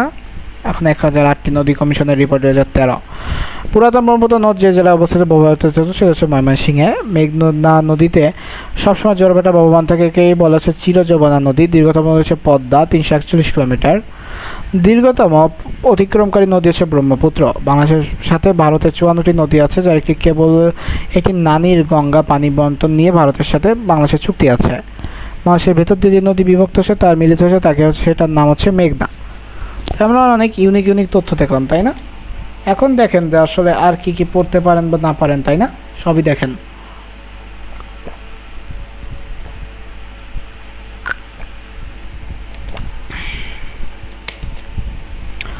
এবার আসি বিশ্বের বিভিন্ন নদী। দেশেরগুলো দেখব, বিশ্বেরগুলোও দেখব। এশিয়া হচ্ছে গঙ্গা বা পদ্মা, এটা হচ্ছে উৎপত্তি হচ্ছে হিমালয়ের গঙ্গোত্রী হিমবাহ থেকে। পতন হচ্ছে বঙ্গোপসাগর এবং ভারতের প্রধান নদী, হিন্দুদের কাছে এটি একটি পবিত্র নদী। ব্রহ্মপুত্র উৎপত্তি তিব্বতের মালভূমি মানস সরোবর হ্রদে। পতন হচ্ছে বঙ্গোপসাগর এবং ভারতের দীর্ঘতম নদী। সিন্ধু হচ্ছে তিব্বতের মালভূমি, পতন আরব সাগর। সিন্ধুর 5টি বিখ্যাত উপত্যকা বা উপনদী হচ্ছে বিয়াস, চেনাব, রাবি, সাটলেজ, ঝিলাম। এদের উপস্থিতি পাঞ্জাব রাজ্যকে পঞ্চনদের দেশ হিসেবে পরিচিত করেছে। এবং ওয়াংহ হচ্ছে কুর্নুল পর্বতের উৎপত্তি, পতন পিট সাগরে। নদীর খরস্রোতা বর্ষায় প্লাবনের অনেক ক্ষয়ক্ষতি করে, তাই একে চীনের দুঃখ বলে। ইয়াংসিকিয়াং হচ্ছে তিব্বতের মালভূমি, পূর্ব চীন সাগর। ইয়াংসিকিয়াং এশিয়ার দীর্ঘতম নদী, 6300 কিলোমিটার, এবং এক স্বর্ণ রেণুর নদীও বলা হয়ে থাকে। টাইগ্রিস ইউফ্রেটিস অর্থাৎ 10 বা ফোরাত। উৎপত্তি আর্মেনিয়ার উচ্চভূমি, পতন পারস্য উপসাগর। প্রাচীন মেসোপটেমিয়ার সভ্যতা গঠিত হয়েছিল এই দুই নদীর অববাহিকায়। এই নদী দুটির মিলনভূমি সাত ইল আরব নামে পরিচিত, আরবি উপদ্বীপের সবচেয়ে উর্বর স্থান। দানিউব হচ্ছে উৎপত্তি ব্ল্যাক ফরেস্ট, পতন কৃষ্ণ সাগর। এটা হচ্ছে ইউরোপে অবস্থিত এবং এটার ইউরোপের 10টি দেশ দানিউবের পানি পেয়েছে, তাই একে আন্তর্জাতিক নদী বলে। বলগা হচ্ছে উৎপত্তি ভালদাই পাহাড়, পতিত হচ্ছে কাস্পিয়ান সাগর। ইউরোপের দীর্ঘতম নদী 3531 কিলোমিটার। নীল নদ হচ্ছে উৎপত্তি ভিক্টোরিয়া নীল হ্রদ, পতন হচ্ছে ভূমধ্যসাগরে। একক নদী হিসেবে পৃথিবীর দীর্ঘতম। নীল নদ আফ্রিকার দীর্ঘতম হচ্ছে 6650 মিটার এবং প্রাচীন মিশরের সভ্যতা নদীর উপকূলে এটা ছিল। ভিক্টোরিয়া জলপ্রপাত এই স্রোতধারা অবস্থিত এবং এই নদীটি 11টি দেশের মধ্যে দিয়ে প্রবাহিত। উত্তর আমেরিকা হচ্ছে মিসিসিপি মিসৌরি, উৎপত্তি মিনেসোটা হ্রদ এবং পতন হচ্ছে মেক্সিকো উপসাগর। মিসৌরি নদী মিসিসিপি উপনদী এবং তাদের মিলিত দৈর্ঘ্য হচ্ছে 5971 কিলোমিটার। মিসিসিপি মিসৌরি উত্তর আমেরিকার দীর্ঘতম একটি নদী। আমরা যদি দক্ষিণ আমেরিকা দেখি, দক্ষিণ আমেরিকা আছে কি আমাজন, তাই না? এটা অবস্থিত হচ্ছে কোথায়? আমাজন হচ্ছে আন্দিস পর্বতমালার উৎপত্তি, পতন আটলান্টিক মহাসাগর। আয়তন এটা পৃথিবীর বৃহত্তম নদী। আমাজন বনভূমি প্রাণ, এই নদীতে সবচেয়ে বেশি পানির প্রবাহ এবং আমাজন দক্ষিণ আমেরিকার দীর্ঘতম নদী, 6457 কিলোমিটার। ওশেনে হচ্ছে মারে ডার্লিং, উৎপত্তি মাউন্ট কোসিয়াঙ্কো পর্বত, পতন ভারত মহাসাগর। মারিডালিং অস্ট্রেলিয়ার দীর্ঘতম নদী 3718 কিলোমিটার। এবার আমরা বিভিন্ন একটা মানে খুবই একটা ছোটোখাটো তথ্য দেখব এবং খুবই বড়ও বলতে পারেন। মহাদেশের নাম, বৈশিষ্ট্য, আয়তন, শতাংশ, স্বাধীন দেশ, জনসংখ্যা, ক্ষুদ্রতম, সর্বোচ্চ, সর্বনিম্ন, বৃহত্তম দ্বীপদ্বীপ, বৃহত্তম নদী, পর্বতশৃঙ্গ এবং পৃথিবীর সময় আমরা মানে এক জায়গা দেখি। তো এশিয়ার হচ্ছে পৃথিবীর সবচেয়ে বড় মহাদেশ, 1.5 গুণ হচ্ছে ইউরোপের। আফ্রিকার হচ্ছে অলমোস্ট 1.5 গুণ এবং আপনার ইউরোপের প্রায় 4.14 গুণ বড়। এটার আয়তন হচ্ছে অলমোস্ট বলতে পারি যে 4,45,93,93,000 বর্গ কিলোমিটার। এটা অলমোস্ট পৃথিবীর 29.5%। এটা স্বাধীন দেশ আছে 444টি। জনসংখ্যা রয়েছে 416,38,00,000। আয়তনে বৃহত্তম চীন, জনসংখ্যায় বৃহত্তম হচ্ছে বর্তমানে ভারত। আয়তনে ক্ষুদ্রতম মালদ্বীপ এবং জনসংখ্যায় ক্ষুদ্রতম হচ্ছে মালদ্বীপ। সর্বোচ্চ হচ্ছে এটা যে মাউন্ট এভারেস্ট হচ্ছে সর্বোচ্চ এবং সর্বনিম্ন হচ্ছে মৃত সাগর। দ্বীপ বর্ণীয়, উপদ্বীপ হচ্ছে আরব উপদ্বীপ। এখানে যে রয়েছে সাগর, দক্ষিণ সাগর, হ্রদ কাস্পিয়ান, দীর্ঘতম হচ্ছে ইয়াংসে কিয়াং। সর্বোচ্চ পর্বতশৃঙ্গ মাউন্ট এভারেস্ট, বৃহত্তম অরণ্য হচ্ছে তৈগা। আর বৃহত্তম মরুভূমি হচ্ছে গোবি মরুভূমি, বৃহত্তম সমভূমি হচ্ছে পশ্চিম সাইবেরিয়া সমভূমি। ইউরোপীয় মহাদেশ থেকে ইউরোপের দ্বারা দোবেনি, ইউরোপীয় কাকপিটে বেলজিয়ামের, ইউরাল পর্বতে ইউরাল নদী এবং কাস্পিয়ান সাগর এশিয়াকে ইউরোপ থেকে পৃথক করেছে। আয়তন হচ্ছে আমাদের বলতে পারি যে 1,05,30,720। 44টি রয়েছে হচ্ছে দেশ এবং 76,28,00,000 জনতা। আয়তনে বৃহত্তম রাশিয়া, ক্ষুদ্র জনসংখ্যায় বৃহত্তম রাশিয়া, আয়তনে ক্ষুদ্র ভ্যাটিকান সিটি, জনসংখ্যায় ক্ষুদ্র ভ্যাটিকান সিটি। সর্বোচ্চ বিন্দু হচ্ছে মাউন্ট এলব্রস, সর্বনিম্ন বিন্দু হচ্ছে কাস্পিয়ান সাগর, দ্বীপ হচ্ছে গ্রিনল্যান্ড, উপদ্বীপ হচ্ছে স্ক্যান্ডিনেভিয়া, সাগর হচ্ছে ভূমধ্যসাগর, হ্রদ হচ্ছে লাডোগা এবং দীর্ঘতম নদী হচ্ছে ভলগা। বরং হচ্ছে আলপস, সমভূমি মধ্য ইউরোপের বিস্তীর্ণ সমভূমি। আফ্রিকা দেখি, আফ্রিকা হচ্ছে বিশিষ্ট লোহিত সাগর আফ্রিকা, আফ্রিকা মহাদেশকে ভূমধ্যসাগর ইউরোপ ও আফ্রিকা মহাদেশকে পৃথক করেছে। 2,98,440 বর্গ কিলোমিটার এবং এটা হচ্ছে অলমোস্ট 20%। 54টি জেলা, 103,30,00,000 হচ্ছে এটার জনসংখ্যা। আয়তনে বৃহত্তম হচ্ছে সুদান, জনসংখ্যা বৃহত্তম হচ্ছে নাইজেরিয়া, আয়তনে ক্ষুদ্রতম হচ্ছে সেসেলিস, জনসংখ্যায় ক্ষুদ্রতম হচ্ছে সেসেলিস। সর্বোচ্চ বিন্দু হচ্ছে কিলিমানজারো এবং সর্বনিম্ন বিন্দু হচ্ছে লেক আসল। পৃথিবীর বৃহত্তম হচ্ছে মাদাগাস্কার, দীর্ঘতম নদী হচ্ছে নীলনদ। পৃথিবীর বৃহত্তম সাহারা হচ্ছে মরুভূমি হচ্ছে সাহারা। ঠিক আছে, তাহলে এইগুলো একটু আপনারা দেখে নিন, কারণ এইগুলো আসলে খুবই ক্ষুদ্র ক্ষুদ্র এবং আপনারা এটা পড়ে নেবেন, কারণ এটা আমি যদি সবই ধরে ধরে পড়ে দিলে আপনারা কি পড়বেন। মহাসাগরের সময় দেখি যে আসলে আয়তন, গড় গভীরতা, গভীরতম স্থান, সর্বোচ্চ গভীরতা এবং বৈশিষ্ট্য। প্রশান্ত মহাসাগরের আয়তন হচ্ছে 16,62,41,000, এখানে গভীরতা হচ্ছে 7,079। গ্র্যান্ড মারিয়ানা ট্রেঞ্চ গভীরতম এবং এটা সর্বোচ্চ হচ্ছে 11,033। পৃথিবীর বৃহত্তম গভীরতম মহাসাগর, পৃথিবীর বৃহত্তম প্রবাল প্রাচীন গ্রেট ব্যারিয়ার রিফ প্রশান্ত মহাসাগরে অবস্থিত। আটলান্টিক মহাসাগর হচ্ছে 8,65,57,000, এটার গভীরতা 3,926, ন্যারজাস 35 এবং 9,300 হচ্ছে এটার সর্বোচ্চ গভীরতা। এর পূর্বে আফ্রিকা, ইউরোপ, পশ্চিমে আমেরিকা মহাদেশ অবস্থিত ছিল। ভারতের হচ্ছে 7,34,27,000 আর এটার গভীরতা 3,926। সুন্ডা ট্রেঞ্চ 7,258 হচ্ছে এটা। তাহলে এইগুলো এরকম একটু দেখে নেবেন। আমরা সব জিনিসটা সেভাবে বিস্তারিতভাবে দেখাবো না, আমরা যেগুলো আসলে ব্যাখ্যা প্রয়োজন সেগুলো দেখাচ্ছি। তো পৃথিবীর মতো আয়তন হচ্ছে প্রায় বলতে পারি হচ্ছে শতক, এখানে হাজার, লক্ষ, 51,01,05,000 বর্গ কিলোমিটার বা 51,63,000 বর্গ কিলোমিটার। স্থলভাগের আয়তন হচ্ছে বলা যেতে পারে যে 14,79,50,860। মোট আয়তন হচ্ছে 29.2। পৃথিবীর জলভাগের আয়তন হচ্ছে 36,28,53,140। পৃথিবীর আয়তনের 70%। পৃথিবীর পরিধি হচ্ছে 40,234 বা 25,000 মাইল। পৃথিবীর ব্যাস হচ্ছে বিষুবরেখায় প্রায় 12,756, উত্তর দক্ষিণে 12,714। পৃথিবীর ব্যাসার্ধ হচ্ছে 6,378। পৃথিবীর আনুমানিক বয়স 460 কোটি টাকা বা 45 মিলিয়ন বা 404.6 বিলিয়ন বছর। আপেক্ষিক গুরুত্ব হচ্ছে 5.5 এবং পৃথিবীর আকৃতি হচ্ছে অভিগত গোলক। অভিগত গোলক হচ্ছে উত্তর দক্ষিণে সামান্য চাপা, পূর্ব পশ্চিমে স্ফীত, আহ্নিক গতির জন্য পৃথিবীর আকৃতি রূপ এসেছে। পৃথিবীর সব উত্তরে বিন্দু হচ্ছে মালভূমি, কাফে কুরুবুন দ্বীপ গ্রিনল্যান্ডের উত্তরে। পৃথিবীর সর্বদক্ষিণের বিন্দু হচ্ছে দক্ষিণ মেরু। পৃথিবীর উষ্ণতম স্থান হচ্ছে প্রাকৃতিকভাবে মাউন্ট এভারেস্ট, নেপাল। পৃথিবীর সর্বোচ্চ বিন্দু মাউন্ট এভারেস্ট 8,850। পৃথিবীর নিম্নতম স্থান হচ্ছে প্রাকৃতিক মৃত সাগর। পৃথিবীর সব থেকে সূর্যের দূরত্ব হচ্ছে 15,14,96,500 কিলোমিটার। পৃথিবীর আবর্তনের গতিবেগ হচ্ছে 63,700 মাইল ঘন্টা বা প্রায় হচ্ছে 1,07,320 কিলোমিটার বাই ঘন্টা। সূর্যকে প্রদক্ষিণ করতে পৃথিবীর সময় লাগে 365 দিন, 5 ঘন্টা 48 মিনিট 47 সেকেন্ড, প্রায় 1 বছর। আর এগুলো আমরা বলেছি 23 ঘন্টা 56 মিনিট 41 সেকেন্ড। পৃথিবী থেকে চাঁদের দূরত্ব 3,84,400 কিলোমিটার। দুর্গতম দিন, ছোটতম দিন পড়ছি, এগুলো সব পর আমাদের। বাল্টিক রাষ্ট্র এস্তোনিয়া, লিথুনিয়া, লাটভিয়া। এখানে হচ্ছে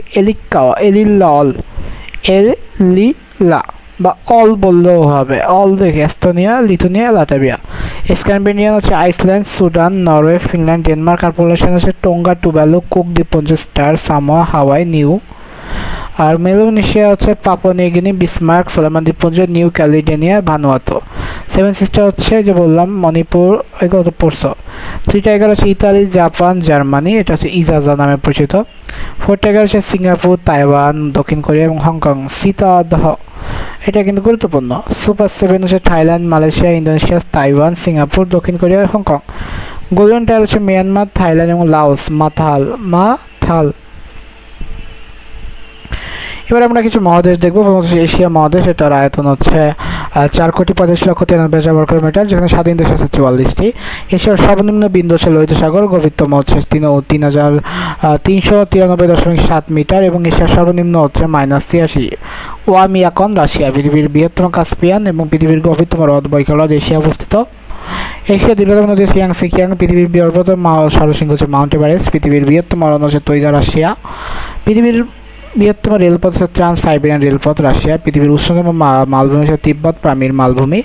পৃথিবীর বৃহত্তম মালভূমি হচ্ছে গোবি মালভূমি। পৃথিবীর বৃহত্তম সমভূমি হচ্ছে পৃথিবীর পশ্চিম সাইবেরিয়ান সমভূমি। এশিয়ার যে দুইটি দেশের আসলে রয়েছে, একটাকে আর একটা ইউরাশিয়ান রাষ্ট্র বলে তুরস্ক। এশিয়া ইউরোপের একত্রে বলা হয় ইউরাশিয়া। এশিয়ার একমাত্র বৌদ্ধ রাষ্ট্র শ্রীলঙ্কা। এশিয়ার উষ্ণতম হচ্ছে জ্যাকোবাট, পাকিস্তান। পৃথিবীর শীতলতম হচ্ছে দারখায়নস্কো, রাশিয়া। এশিয়ার টুইন রাষ্ট্র হচ্ছে ফিলিপাইন এবং পূর্ব তিমুর। এশিয়ার বৃহত্তম দ্বীপ হচ্ছে বনিহ। ইউরোপ মহাদেশ, ইউরোপ হচ্ছে 1,05,30,720 বর্গ কিলোমিটার। ইউরোপের দেশ 50টি। ইউরোপের সর্বনিম্ন বিন্দু হচ্ছে এলব্রুস, রাশিয়া। ইউরোপের সর্বনিম্ন বিন্দু, সর্বোচ্চ তো বললাম, সর্বনিম্ন হচ্ছে Caspian Sagar. Theatre of science বলা হয় ইংল্যান্ডের বার্মিংহামকে। ইউরোপের রুগ্ন মানুষ হচ্ছে তুরস্ক। ইউরোপের বাপার স্টেট হিসেবে খ্যাত বেলজিয়াম। ইউরোপের কর বলা হয় ভিয়েতনামকে। ইউরোপের দীর্ঘতম নদী ভলগা। ইউরোপের দীর্ঘতম পর্বত আলপস। ইউরোপের বৃহত্তম সুড়ঙ্গপথ ইউরোটানেল। ইউরোপের বৃহত্তম হ্রদ হচ্ছে লাডোগা। ইউরোপের বৃহত্তম উপদ্বীপ হচ্ছে স্ক্যান্ডিনেভিয়া। আফ্রিকার আয়তন 3,10,10,888 বর্গ কিলোমিটার। আফ্রিকার স্বাধীন দেশ 54টি। এটা দ্বিভিত্তিক রাষ্ট্র আসলে চলে। অন্ধকার হচ্ছে না মহাদেশ, আফ্রিকা মহাদেশ চলে। হর্ন অফ আফ্রিকা হচ্ছে ইথিওপিয়া, সোমালিয়া, ইত্রি এবং জিবুতি। এগুলো আপনারা নামটা মুখস্থ করে নেবেন।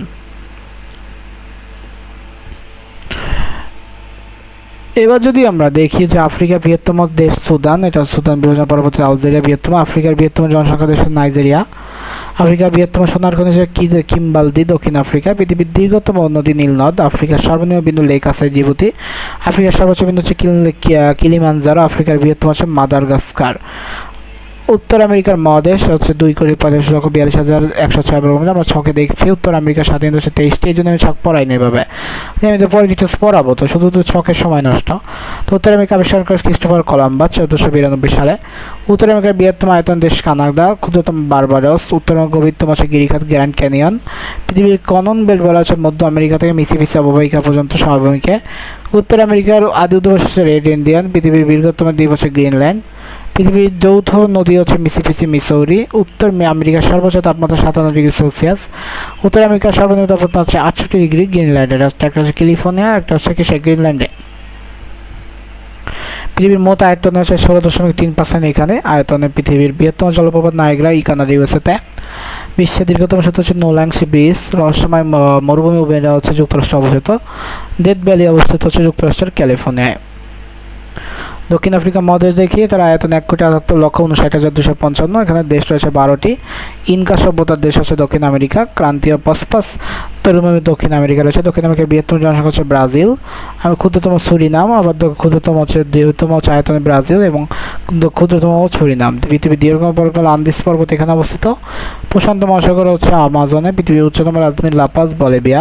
পৃথিবীর উচ্চতম হ্রদ টিটিকাকা বলিভিয়া। পৃথিবীর উচ্চতম জলপ্রপাত হচ্ছে অ্যাঞ্জেল ভেনেজুয়েলা। পশ্চিম আমেরিকার সর্বোচ্চ বিন্দু হচ্ছে আরকানগো আর্জেন্টিনা। দক্ষিণ আমেরিকার সর্বোচ্চ বিন্দু হচ্ছে ভন্ডিস পেনিন আর্জেন্টিনা। ওশেনিয়া হচ্ছে 85,17,314টি দেশ।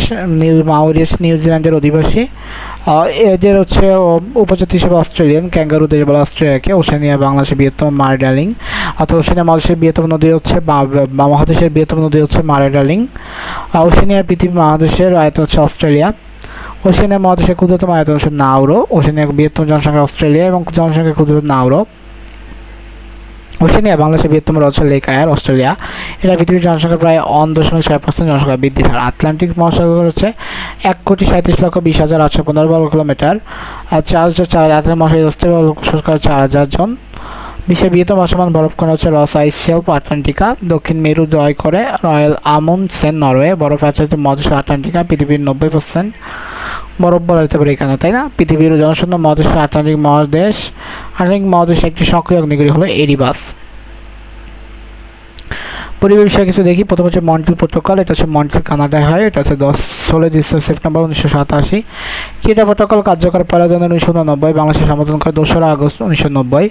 সংশোধন হয়েছে 6 বার। Kyoto protocol of the United Nations framework convention of climate change, অর্থাৎ একটা কনভেন্ট। স্বাক্ষর 11 ডিসেম্বর 1997। জাপানের রাজধানী কিয়োটোতে লক্ষ্য হচ্ছে বৈশ্বিক উষ্ণায়ন রোধে 1690 স্তরকে ভিত্তি করে আসলে গ্যাসের যৌথ 5% নিরসন করবে। কাটাগুলো হচ্ছে এটা হচ্ছে অপর নাম হচ্ছে জৈব জ্বালানি নিরাপত্তা বিষয়ক প্রোটোকল। 2000 সালে স্বাক্ষর, কার্যকর 3 সালে। এটা বাংলাদেশের স্বাক্ষর 2000 সালে, অনুমোদন পায় 4 সালে। স্বাধীনতা হচ্ছে স্বাক্ষর দেয় মন্ট্রিল কানাডায়। জাতিসংঘের কিছু দেখি। ইউএনইএফ, এটা হচ্ছে ইউনাইটেড নেশন এনভায়রনমেন্ট প্রোগ্রাম, জাতিসংঘ পরিবেশ কর্মসূচি। 5 জুন 1972 সালে হচ্ছে প্রতিষ্ঠিত। গঠন হচ্ছে 1972 স্টকহোম সামিট। সদর দপ্তর নাইরোবি কেনিয়া। দক্ষিণ হচ্ছে ইনার অ্যান্ডারসন ডেনমার্ক। ইউএনডিজি সদস্য হচ্ছে 72। ডাব্লিউএমও ওয়ার্ল্ড মেটেরোলজিক্যাল অর্গানাইজেশন, জাতিসংঘের আবহাওয়া সংস্থা, 1990 সালে গঠন। এবং আবহাওয়া কনভেনশন হচ্ছে জেনেভা। এখানে মোট হচ্ছে অঞ্চল এবং দেশ মিলে 193টি সদস্য, 187টি দেশ এবং 6টি অঞ্চল। আইপিসিসি হচ্ছে পরিচালক মানুষ জলবায়ুর বিভিন্ন ধরনের inter government panel on climate change. গঠন 1988। ইউএনএন ডাব্লিউএমও 150 জন হচ্ছে সদস্য। জেনেভার অবস্থিত এই ডাব্লিউএমও হচ্ছে জেনেভাতে অবস্থিত। মূল কাজ হচ্ছে কয়েকজন বিজ্ঞানী সমন্বয়ে মানব সৃষ্ট জলবায়ু পরিবর্তন প্রভাব নিয়ে প্রতিবেদন তৈরি করা। নোবেল শান্তিপ্রার্থী 2007। তাদের প্রধান সাবেক মাইনভার্সের প্রেসিডেন্ট আল গোর। বর্তমান প্রধান হচ্ছে দক্ষিণ কোরিয়ার হোয়েং-সাং লি। জিসিএফ হচ্ছে জাতিসংঘের তহবিল গ্রিন ক্লাইমেট ফান্ড, 1910 সালে হচ্ছে গঠন। 2009 সালে কোপন আলোক এবং ইউনিসেফ এটাকে প্রতিষ্ঠা করে। তারপর হচ্ছে ইনসিয়ান, দক্ষিণ কোরিয়া। বোর্ডের সদস্য হচ্ছে 24 জন। সিএফএফ হচ্ছে পরিচয় বৈশ্বিক হচ্ছে পরিবেশ নেটওয়ার্ক গ্লোবাল এনভায়রনমেন্ট ফ্যাসিলিটি, 1972 সালে গঠন। 1972 সালে রিও কনফারেন্সে ওয়াশিংটন যুক্তরাষ্ট্র মূল কাজ অর্থনৈতিক সহযোগিতা করবে। তাহলে আমাদের কিছু বিবৃতি থেকে বাংলাদেশের কোন ঋতুকে সচত্র ঋতু বলা হয়? বর্ষা। বাংলাদেশের কোন ঋতুকে ঋতুরাজ বলা হয়? বসন্ত। বাংলাদেশের বার্ষিক গড় এলাকা 26 ডিগ্রি। বাংলাদেশের বার্ষিক গড় বৃষ্টিপাতের পরিমাণ হচ্ছে 203 সেন্টিমিটার। বৃষ্টিপাতের 80% হচ্ছে বৃষ্টিপাত চলে। বাংলাদেশের কালবৈশাখী ঝড় কখনো প্রাক মৌসুমের ঋতুতে। গ্রিন হাউস ইফেক্ট, এটা হচ্ছে পরিণত সবচেয়ে গুরুতর ক্ষতি হচ্ছে নিম্ন ভূমি নির্জীবিত বায়ুমণ্ডল কোন স্তরে, ওজোন স্তর, স্ট্রাটোস্ফিয়ার। বাতাসের কোন পরিমাণ সবচেয়ে নাইট্রোজেন। গ্রিন হাউসের প্রতিক্রিয়া ব্যবহারের কিনা তাপমাত্রা বেড়ে যায়। গ্রিন হাউসের ক্ষতির নাম কি? Carbon chlorofluorocarbon. বাংলাদেশে হচ্ছে বাংলাদেশের সবচেয়ে আন্দোলনের নাম কি? বাংলাদেশ পাকিস্তান আন্দোলন। এটা আসলে পরিবেশ আন্দোলন। বাংলাদেশের পরিবেশ আন্দোলন শুরু করেছে হেনরি ডেভিড থ্যারো। স্কুল ছাত্রদের পরিবেশবাদী আন্দোলনের নাম হচ্ছে ফ্রাইডেজ ফর ফিউচার। ভূতত্ত্ব কি? গভর্নরদের পৃথিবীর বহির্বারণ। তাহলে আমরা কিন্তু অলমোস্ট অনেক কিছুই পড়ে ফেললাম এবং অনেক কিছু শেষ করে ফেললাম। তো তোমরা যারা আসলে এখানে ভর্তি চাও ভর্তিতে পারো এবং ডিটেলস দেওয়া আছে। দেখা হচ্ছে পরবর্তী ক্লাসে। সুস্থ থাকো, সুন্দর থাকো, পড়াশোনার সাথে থাকো। আসসালামু আলাইকুম।